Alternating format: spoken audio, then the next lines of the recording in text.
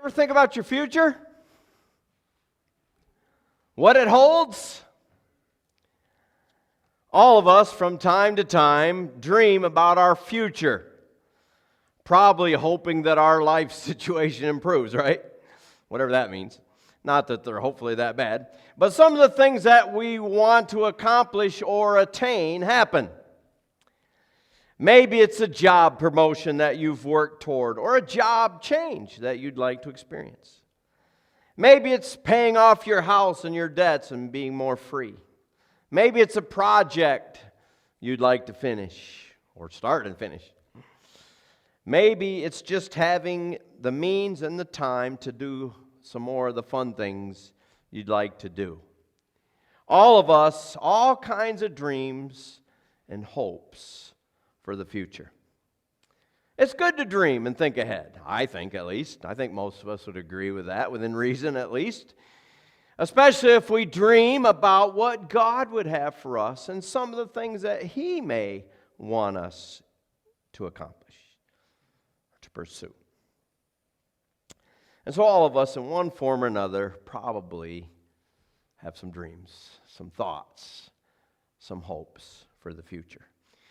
Well, last week we ended with a family in dysfunction, a father that played a favorite, and many wives intermingled into that family. It caused some problems. Well, we pick up our story from there, the early days of the life of Joseph, who was that favored son, the son of his father's old age, and of course, the son of the love of his life. It was obvious that Jacob was the favored son, and it didn't go unnoticed by his brothers. It almost couldn't be helped. They weren't too keen about noticing that favoritism. Well, if that wasn't bad enough, one day this favored son had some dreams. Now, these are the kind of dreams you have at night, right? You know, there's at least two kinds of dreams. Dreams as we think ahead, and dreams that we have at night. But they did pertain, potentially at least, to his future. And we're not going to read them, but it's in verses 5 to 8 to keep us moving here. But they're very easy to follow. The first dream was he and his brothers were out in the fields. It's harvest time. And they were putting their crop in sheaves, bundles, of the crop that usually kind of stand up. Not always. Well, they're harvesting, and in this dream, Joseph's sheaf ends up in the middle. The brothers somehow are all around Joseph's sheaf, their sheaves, that is. Their sheaves are all around Joseph's, and the sheaves bow down to Joseph. That was the first dream. Let me just say, the brothers don't take too kindly to the suggestion that they may bow down someday to Joseph. Dream 2. In dream 2, very similar, but this time the sun, the moon, and 10 stars bow down directly to Joseph. They bowed down to him. In that case, when he told it, his father rebuked him. In verse 10, said, "What is this dream that you've dreamed? Shall I and thy mother and thy brethren indeed come to bow down ourselves to thee in the earth?" And his brothers envied him. But his father observed the saying. So these dreams, on top of being the favored son already, as you can imagine, didn't go over well. Rather, it led to a lot of, as we say today, or our teens at least, a lot of family drama. A brother hated and a brother envied. The favored brother, who earlier was out with them in the field and brought an evil report about his brothers. Now, we could argue both sides, I think, to that. Should he? We don't know the details. What was the evil deed that he brought? What were his brothers doing? We don't know. But apparently they were doing something wrong, and he brought the evil report. We could argue back and forth all day. On the one side, he should have just kept his mouth shut. It was none of his business. On the other side, well, he needed to report to his father. Again, if we knew more information, we'd know better. But he brings this evil report. Then he has these dreams. And he tells his brothers. Now, it's hard for me to figure out how he could have a pure motive for telling these dreams. Now, let's give him the benefit of the doubt. First dream, man, guys, you can't believe what I dreamed last night. I was out in the field, we were out there, and we made these sheaves, and your sheaves bowed down to me. Isn't that crazy? We'd say today. His brothers didn't respond too positively about that. Whatever his motive. It could have been, to my mind, it couldn't have been positive, but it might have just been he was excited about the dream. Wow, isn't that weird? Different, unusual. But then he tells them the second dream, kind of, to me, adding a little insult to injury out of all this that's already happened. And I don't want to put Joseph in a real bad light or anything like that, but sometimes we put him in a glaring light that he was next to perfect. He was a man that was something else for God and responded so positively in so many situations. And so certainly we aren't going to belittle that in any way, but just a reminder that he was human. This is a 17-year-old kid, not real dry behind the ears yet, as we say, not the wisest yet. And so, we can give him a break, but I don't think, in my mind at least, though others would disagree with me, not totally perfect in this whole matter.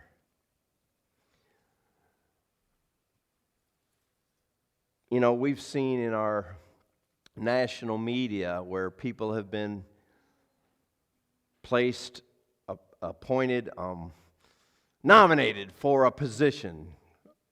Brett Kavanaugh for Supreme Court.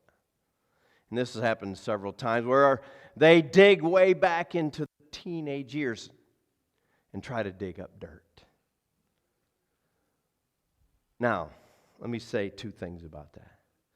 Number one, no matter what our age is, and teenagers are old enough to know better, right? There is some responsibility. But here's a bunch of older brothers on the other side of that. Here's a teenage, still immature, still mind, developing still. And while they are responsible, maybe sometimes we should give them a break. Just keep that in mind. On that second dream, it seems to me that he could have just told his father if he had to tell anybody, but regardless, it added to the family drama. Whatever the motives, however it worked out exactly, it did add to the family drama, the hatred. Now, these dreams were clearly from the Lord. Now, I'd like to know, that's one of the questions, and you can't ask your pastor tonight because I don't know. But what did Joseph really think of that dream as far as, is this really going to come true for sure? Or was it just kind of that I happen to have these two dreams?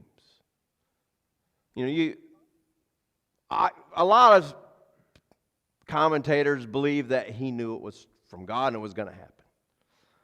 And that could be. But he's a 17-year-old kid. He becomes to the point where he believed it, if he doesn't right off the bat. And they did take dreams more seriously back then than we do often. But I kind of think that he wondered about it. Certainly his father did. Could this dream really come true? Could this really be the future? Now, we know in hindsight, for sure they were from God. When I said that, we know that now, today, in hindsight. They were for sure from God. But as to what Joseph thought, right off the bat, again, speculation. Well, we've talked about that enough. But if Joseph played any part in being hated, he'll answer for that. His father, that we looked at last week, the part that he played in Joseph being despised by his brothers, by favoring him, he'll answer for that. But you know, the brothers, despite the favoritism of the father and the obnoxious teenage little brother, you know, if that's how they saw it, at least, whatever he was. They saw him as the obnoxious little teenage brother at times. They'll answer for their response of hatred and envy. We have to always remember that. Because he was hated and envied. Envied for being the favorite. We hear a lot about a lack of fathers in homes.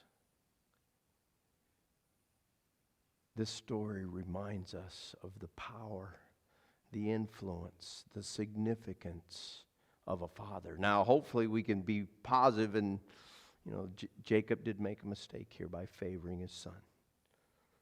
But it does remind us of the power, fathers, of the influence that you can have and need to have, in a positive way though, of course, for God in your home. Now, it doesn't mean it's easy and it's automatic. I know some are, we've all had points of struggle. Some may be going through some struggles right now in those areas. I know some of you are. But the influence of a father, and mother too, but don't underestimate the impact that you can have, that God could work at any moment. God, I believe at least, was doing a great work in Joseph's life. He's still a kid.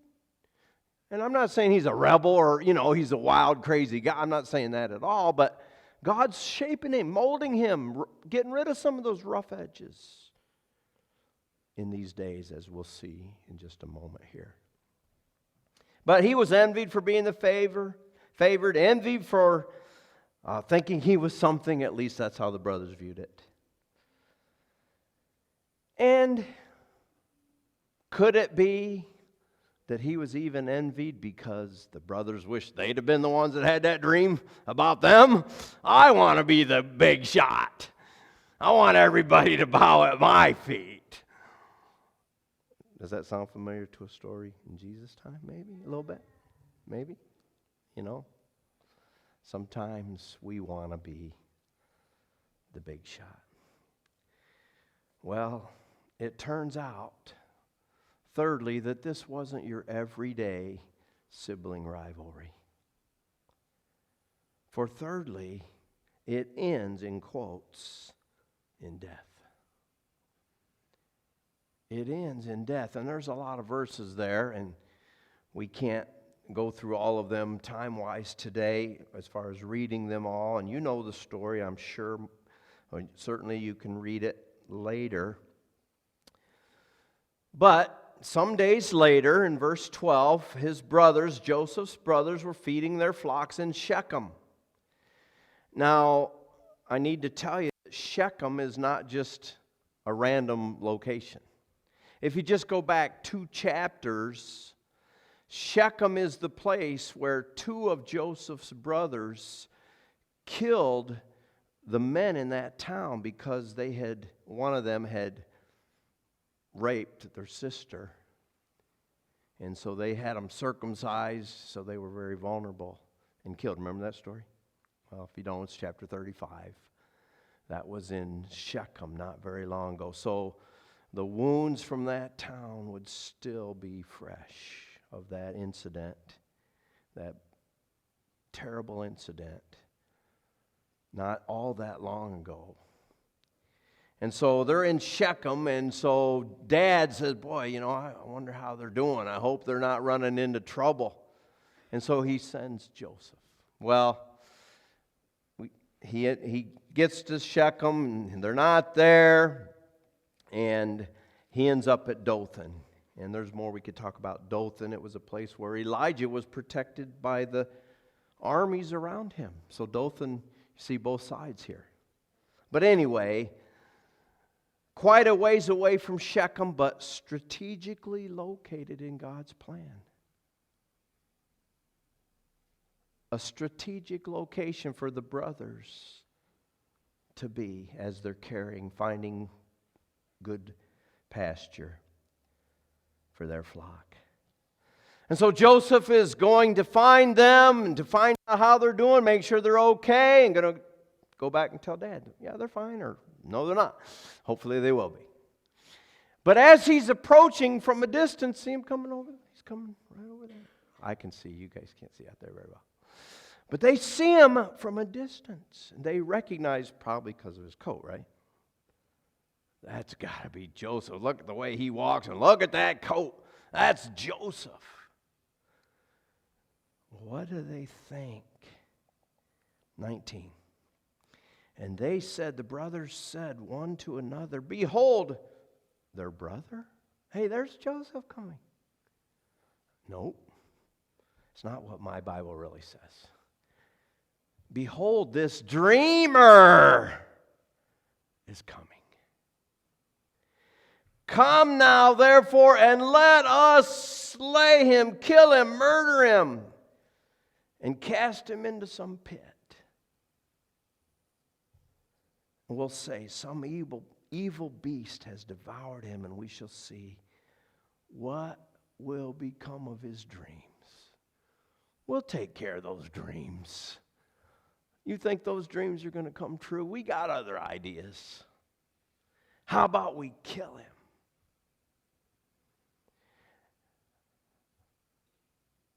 I think Joseph knows that he wasn't on their very best side. I think he knows that. But I don't think anybody knows how intense this hatred and this jealousy, this envy has become. There's a reminder there too for us, right? You know how many times we say, I can't believe such and such did that. You ever thought that? Or neighbors, man, he was a nice guy. Do you know? If you don't, you need to know that hatred, jealousy, anger, and there's a long list, can get a hold of your life. Do you know this? It can get a hold of your life, and you could do some things that you would have never believed yourself you would have done if you allow things to go unresolved in your heart. If you allow anger to continue, if you allow jealousy to continue, if you allow bitterness, whatever it is, they filled those emotions, the jealousy and the hatred, filled those brothers' being, took them over. Here's their kid brother. I mean, he's a teenager. He's not just a kid, but he's just a kid. They're adults. Come on, give him a break. I mean, not to this extent, right? I mean, come on. Beware of what hatred and anger and all these things can do. They were going to kill him, and there's no reason at all to think they weren't going to do it, right? No reason at all to think they weren't going to do what they talked about. Murder their kid brother. Well, fortunately for Joseph's sake, and for our story, Reuben overhears. He wasn't there. Now, Reuben's the oldest. And so, as you know, especially in that culture, far more than in ours, the older person in the family, the extended family, was highly responsible for things that happened in the family. Without question, Reuben would be held responsible above everybody else many times over if something happened at their hands to their brother Joseph. Reuben would be responsible for that. Now, Reuben wasn't in the best of terms with his father either, and that's another really ugly story just a couple chapters back. And so the last thing he wants to do is get Dad mad more. But he overhears their plot. He said, "Hey guys, let's wait a minute. This is our brother. Let's just throw him in a pit." He had intentions of rescuing his brother and sending him, or taking him back actually, to Dad safely. Well, they agreed. They threw him in the pit. Well, lo and behold, they're looking off in the distance again, and there's a caravan of merchants in verse 25. A company of Ishmaelites came from Gilead. Have you ever heard of the balm of Gilead? There's an old hymn, and it's in, where is it? Jeremiah, I think. Anyway, they came from Gilead with their camels bearing spices and balm and myrrh to trade in Egypt. So here they are coming off the distance, and the brothers observe them. The travelers, the caravan, the merchants. Judah's got an idea. "Hey guys, this is our brother. We really don't want to murder him. His blood would be on our hands, and that's not the best thing. Duh. Not the best thing. I got an idea. Why don't we make a little cash on the side? We won't have to kill him. We'll just sell him as a slave to these merchants heading to Egypt. And then he'll be gone. His dreams will be gone. Our problem will be resolved, and we won't have to go to such a grisly way to accomplish it." Great idea. They all agreed. That's a great idea. We didn't really want to kill him, but we do want to get him out of our life. That'd be a better way to do it. Brotherly love, huh? And so they sell Joseph, pull him out of the pit. He's been, later in the story, he's begging, "Release, let me go, guys. I didn't mean it. I don't know."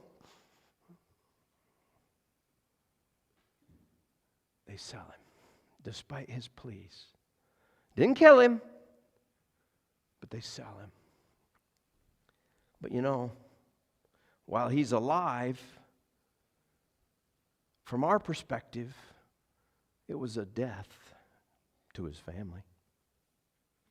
He'd never see his family ever again. He's going to be a slave in Egypt the rest of his life. He's been sold. He's the possession. We don't think in those terms. He's the possession of that caravan, and whoever they sell him to, he'll be the possession of that person. We don't get that, but that's the reality. Though we do hear about too much of that stuff even today, but anyway. Death to his family, and death to his future.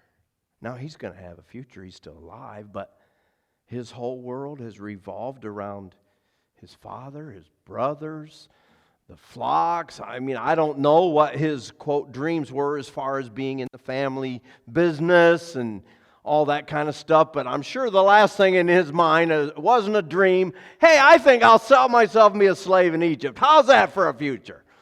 That's not his dream. We all know this. Death to his future. He's at the mercy of his owners moving forward. So while it wasn't literally a death, it was awful close. Everything that he had ever known and anticipated is now gone forever.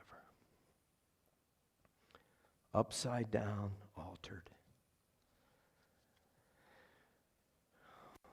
No doubt there are many lessons, and we've touched on a few things that we need to learn about anger getting a hold of us, about the influence of a father, etc. And that goes to all of us, but that special role, of course, of a father in this particular story.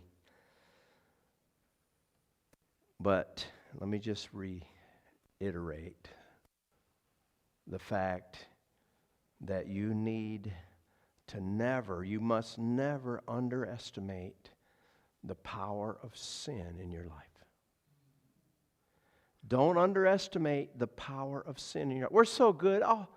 It's not a big deal. Now, I'm not saying the brothers said, we kill our brothers. No big deal. I don't mean that. But that's how we can be, Well, I'm really angry, but they made me angry. We have all the excuses and maybe, quote, some justifications. The Bible says, be angry and sin not. There can be a righteous anger. That's just that particular issue. Anger at sin, but jealousy, envy, and a long list. Impatience, bitterness. Don't ever underestimate the power of sin. We make sin, it's no big deal. Everybody's doing it. We sometimes make it cute. It's not cute. It'll get you. It will get you if you let it simmer. If you don't deal with it, the earlier, the better. And deal stern and firm. Take it to God and get it behind you. I'm done with it. Lord, forgive me. I'm done with it. Forsake it. Don't underestimate the power of sin in your life. And you, again, it's the other person's fault. Well, how'd you respond? That's all you need to worry about, really. Now, you might need to try to resolve something, but how did you respond? How did you think? How did you react? That's what you need to focus on. And by the way, before you can resolve, a lot better to resolve if you take care of yourself first, as much as you can, to resolve the issue. Don't underestimate the power of sin. It's not a little thing. And second, and we close, we never know what our life may be tomorrow. And the Bible talks about that. Proverbs. Don't boast about tomorrow. You don't know what a day may bring forth. Now, I don't think something like what happened to Joseph is going to happen to any of us, but it could. It's not impossible. It's similar. But there might be a family tragedy. There might be a totally unexpected job change and a move that goes with it. There might be a relationship that's broken that you never anticipated. And your life changes dramatically. Now, life comes with some of that. We get married. We have kids. But some unexpected evil things, or as we deem them as evil or misfortune, quote, those things can happen. Joseph is going the other way now. Well, he's going this way now, I guess, sorry. He's going the other way. A slave to Egypt. Don't you wonder how he's going to respond?